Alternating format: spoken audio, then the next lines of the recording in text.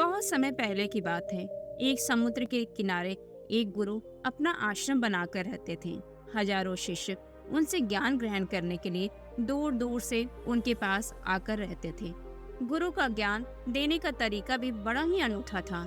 शुरुआत में वो अपने शिष्यों को उपदेशों के माध्यम से ज्ञान देते थे। उसके बाद वो अपने शिष्यों को उस ज्ञान का अनुसरण करने के लिए कहते थे। उस ज्ञान को अपने व्यवहारिक जीवन में उतारने को कहा करते थे। एक बार उस आश्रम में एक सम्राट अपने बेटे को लेकर पहुंचा। उस सम्राट ने उस गुरु से प्रार्थना की कि आप मेरे बेटे को अपने आश्रम में रहने दें और अपने तरीके से उसे ज्ञान दें। उसे इस आश्रम में बिल्कुल भी ऐसा नहीं लगना चाहिए कि वो किसी सम्राट का बेटा है। उसे बिल्कुल साधारण शिष्यों की तरह ही ज्ञान देने की कृपा करें। गुरु ने मुस्कुराते हुए कहा कि सम्राट, ज्ञान इसी तरीके से लिया जा सकता है। अगर तुम अपने आप को दूसरों से बड़ा समझोगे तो तुम ज्ञान ग्रहण कर ही नहीं पाओगे। अगर तुम्हें ज्ञान ग्रहण करना है तो तुम्हें दूसरों की तरह अपने आप को साधारण समझना होगा। यही ज्ञान ग्रहण करने की सबसे पहली सीढ़ी होती है। तुम निश्चिंत रहो, आज से तुम्हारे बेटे की जिम्मेदारी मेरे कंधों पर रही। यह कहकर गुरु सम्राट के बेटे को अपने साथ लेकर समुद्र के किनारे टहलने के लिए निकल गए। आश्रम के बाकी सभी बच्चे उस सम्राट को देख रहे थे। सम्राट अपने बेटे को अपने रथ पर बिठा कर लाया था, जिससे सभी बच्चे समझ गए थे कि ये लड़का सम्राट का बेटा है। इसी वजह से आश्रम के सभी बच्चे सम्राट के बेटे की तरफ आकर्षित हो रहे थे। जब गुरु सम्राट के बेटे को लेकर समुद्र पर टहल रहे थे तो सम्राट का बेटा अचानक फूट फूट कर रोने लगा, क्योंकि अभी वो सिर्फ 12 वर्ष का था और 12 वर्ष की आयु में उसके पिता उसे अपने से दूर छोड़कर चले गए थे। ये सदमा वो बच्चा सहन नहीं कर पा रहा था। वो नहीं समझ पा रहा था कि उसके पिता उसकी भलाई के लिए उसे उस गुरु के पास छोड़ कर गए हैं। उसे रोते हुए देखकर गुरु ने कहा कि बेटा, मैं तुम्हें चुप नहीं कराऊंगा। हो सकता है कि आज मैं तुम्हारे आंसू पोंछ दूं, लेकिन कल तुम फिर अपने आप को अकेला पाओगे। याद रखना, जीवन में इंसान अकेला आता है और अकेला ही जाता है। जितनी जल्दी जो इंसान इस बात को समझ लेता है, वो उतनी जल्दी आत्मज्ञान के रास्ते पर निकल पड़ता है। गुरु ने अपनी बात आगे बढ़ाते हुए कहा कि जो इंसान अकेला रहना सीख लेता है वही खुद से प्यार कर पाता है, और जो खुद से प्यार करना जानता है वो किसी के भी जाने का अफसोस नहीं करता, क्योंकि वो खुद से ही प्यार करता है। धीरे धीरे तुम आश्रम के माहौल में भी ढल जाओगे। शुरुआत में तुम्हें समस्या आ सकती है, लेकिन कुछ दिनों के बाद तुम इसे आत्मसात कर लोगे। उसके बाद तुम्हें यही जगह बहुत अच्छी लगने लगेगी। ये जगह तुम्हें अपनी महल जैसी लगने लगेगी। संध्या का समय हो चला था। समुद्र के दूसरे छोर पर सूरज छिपने लगा था और अपनी लालिमा पूरे आसमान में बिखेर रहा था। बड़ा ही सुंदर दृश्य था और गुरु शिष्य को अपने साथ लेकर आश्रम में वापस लौट आए। उस शिष्य को भी थोड़ी सांत्वना मिली, क्योंकि गुरु की आंखों में एक अभूतपूर्व शांति झलक रही थी। और जब हम किसी एकांतवासी गुरु की आंखों में वो शांति देख लेते हैं तो हमारे हृदय से भी सारा भार हट जाता है। जब सम्राट का बेटा रात्रि का भोजन करने के लिए भोजन कक्ष में पहुंचा तो आसपास के सभी शिष्य उसके पास आने लगे। उन सभी को पता था कि ये सम्राट का बेटा है, और अगर हम इससे दोस्ती कर भी लेते हैं तो उससे हमारा बहुत फायदा होने वाला है। यही सोचकर आश्रम के ज्यादातर लोग उसे घेर लेते हैं। बस कुछ बच्चे जो अकेले रहने का महत्व समझते थे, जो दिखावे में बिल्कुल विश्वास नहीं करते थे, वो उस सम्राट के बेटे के पास जाने की बजाय अपना पूरा ध्यान खाने पर लगा रहे थे और एकांत में बैठकर अपना भोजन कर रहे थे। कुछ दिनों के बाद सम्राट के बेटे की आश्रम के ज्यादातर बच्चों के साथ दोस्ती हो गई। अब वो आश्रम में उन बच्चों के साथ घूमता, उन्हीं के साथ अपना ज्यादातर समय बिताता। आखिर था तो वो सम्राट का बेटा ही सुख सुविधाओं में पला बड़ा था। आसपास बहुत से दास औरत दासियां होते थे। आसपास अपने मित्रों से घिरे हो, यही उसकी आदत थी और उसने वही दिनचर्या इस आश्रम में भी अपना लिया था।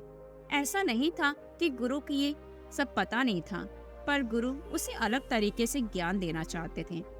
बच्चों को ज्ञान आप उपदेश देकर नहीं दे सकते, उन्हें साक्षात्कार कराना पड़ता है। उसके बाद उन्हें वो बात जल्दी समझ में आ जाती है जो आप उन्हें समझाना चाहते हैं। गुरु को ये बात पता थी कि अगर मैं उसे बोलकर बताऊंगा तो ये कभी नहीं समझ पाएगा।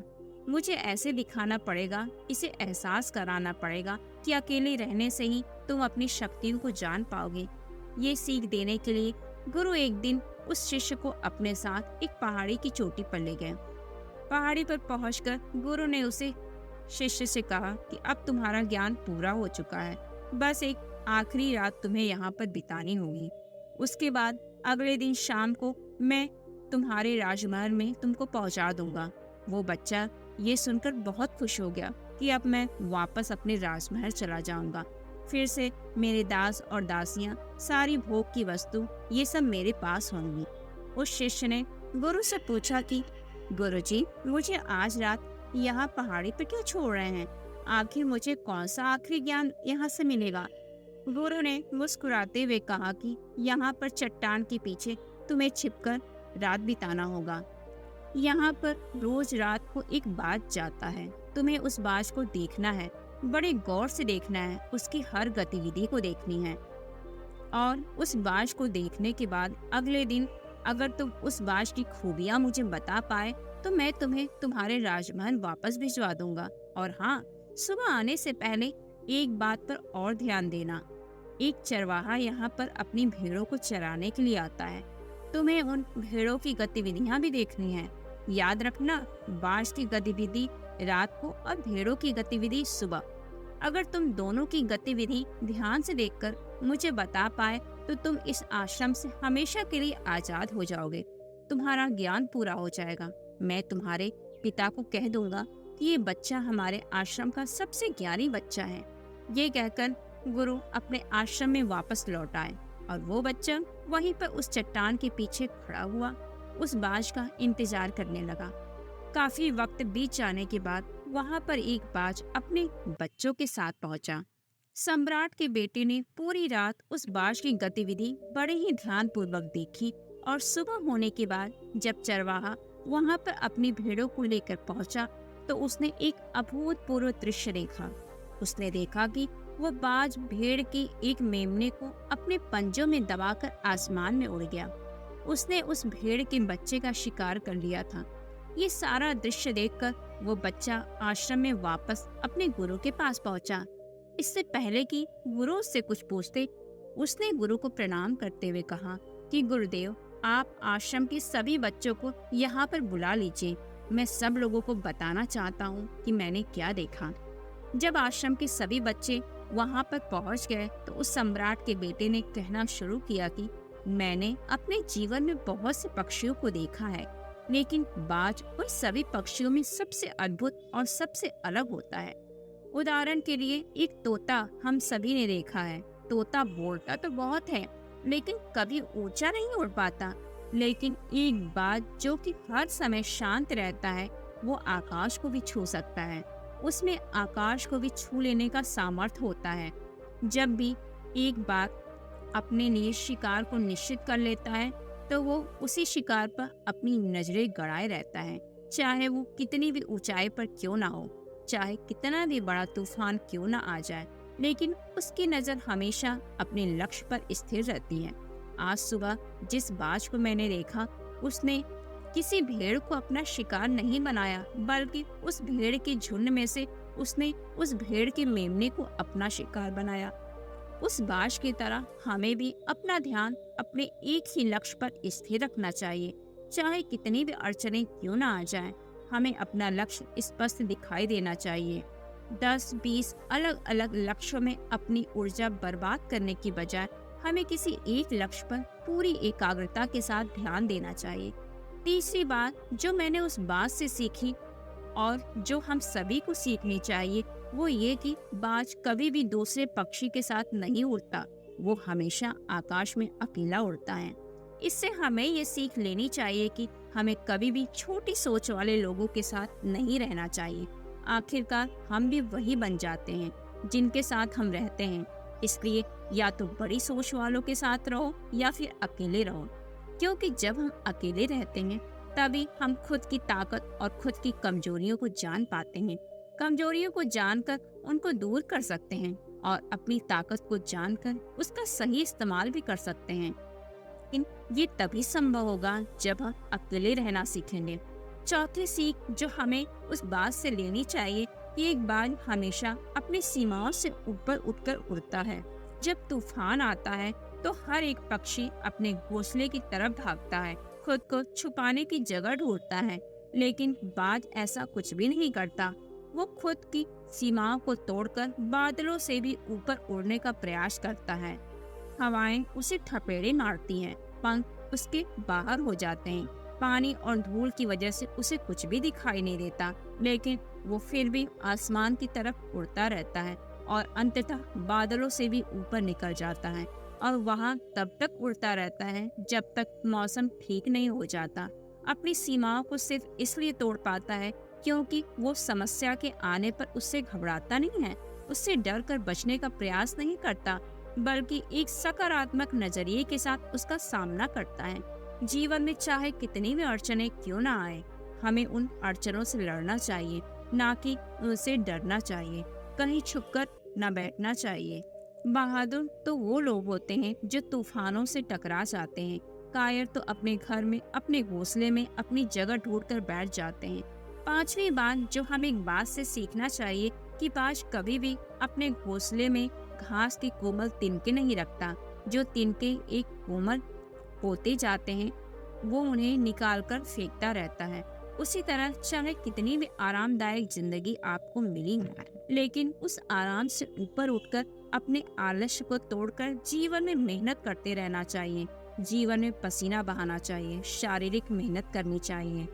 हर दिन मुश्किलों से लड़ो, क्योंकि वही मुश्किलें तुम्हें मजबूत बनाएंगी। जंगल के राजा शेर को भी झुंड बनाकर शिकार करते हुए देखा जा सकता है, लेकिन बाज हमेशा अकेला शिकार करता है, क्योंकि वो जानता है कि भीड़ हौसला तो देती है मगर साहस छीन लेती है। आदमी को हमेशा अकेले ही आगे बढ़ना होता है। यही कारण होता है कि वो जल, थल और नभ सभी जगहों पर अपने शिकार का परचम लहरा सकता है। बाज की उम्र लगभग 70 साल की होती है, लेकिन 40 साल में ही उसका शरीर बूढ़ा हो जाता है। नाखून उसके पैरों में धंसने लगते हैं, पंख उसके शरीर में चिपक जाते हैं, उसकी चोंच मुड़ जाती है, उसका शरीर भारी हो जाता है। ऐसी स्थिति में शिकार करना तो क्या, उड़ने की भी हालत नहीं रहती।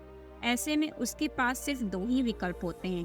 पहला, या तो वह खुद की इस अवस्था को स्वीकार कर ले और भूखा प्यासा मर जाए, या किसी दूसरे जानवर का शिकार बन जाए।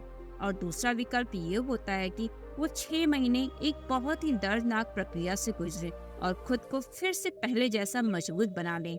लेकिन बाज तो आखिर बाज ही है, वो दूसरा विकल्प चुनता है। इसके लिए वो खुद को एक बहुत ही ऊंचे पहाड़ पे ले जाता है, जहाँ वो पहले अपनी सोच से अपने सारे पंख खींच खींच कर उखाड़ देता है और फिर चट्टान पे पैर मार मार कर अपने पंजे तोड़ देता है। उसके बाद उसी चट्टान पर अपनी चोंच को पटक पटक कर तोड़ देता है और इस लहूलुहान अवस्था में खुद को दूसरे जानवरों से छुपाता फिरता है। अगले 6 महीने तक वो इसी दर्दनाक प्रक्रिया से गुजरता है और इंतजार करता है नए चोंच, नए पंख और नए पंचों का। तब फिर वो अपनी नई जिंदगी फिर से शुरू करता है और निकल पड़ता है अपने शिकार पर और अगले 30 सालों तक फिर से राज करता है। इसलिए समय आने पर हमें भी अपनी पुरानी आदतों को छोड़ना पड़ता है और कुछ नया सीखना पड़ता है। समय के साथ खुद को बदलना पड़ता है, अपने आप को तैयार करना पड़ता है, वरना हमारा भी शिकार हो सकता है, हम भी पीछे रह सकते हैं।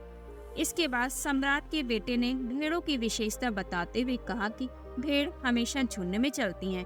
उन्हें झुंड में एक साथ चलने से हिम्मत मिलती है, लेकिन जैसे ही उन पर शिकार होता है वैसे ही वो भीड़ तितर बितर हो जाती है और उस पूरी भीड़ में से एक भी भेड़ अपने साथी की मदद करने के लिए वापस नहीं लौटती। इससे हमें ये सीख मिलती है कि हमारे साथ कितने भी लोग क्यों न खड़े हों, किसी पर भी यकीन नहीं करना चाहिए। यकीन करना तो खुद पर करना, क्योंकि पूरा समय आने पर वो भीड़ कब तितर बितर हो जाएगी आपको पता ही नहीं चलेगा।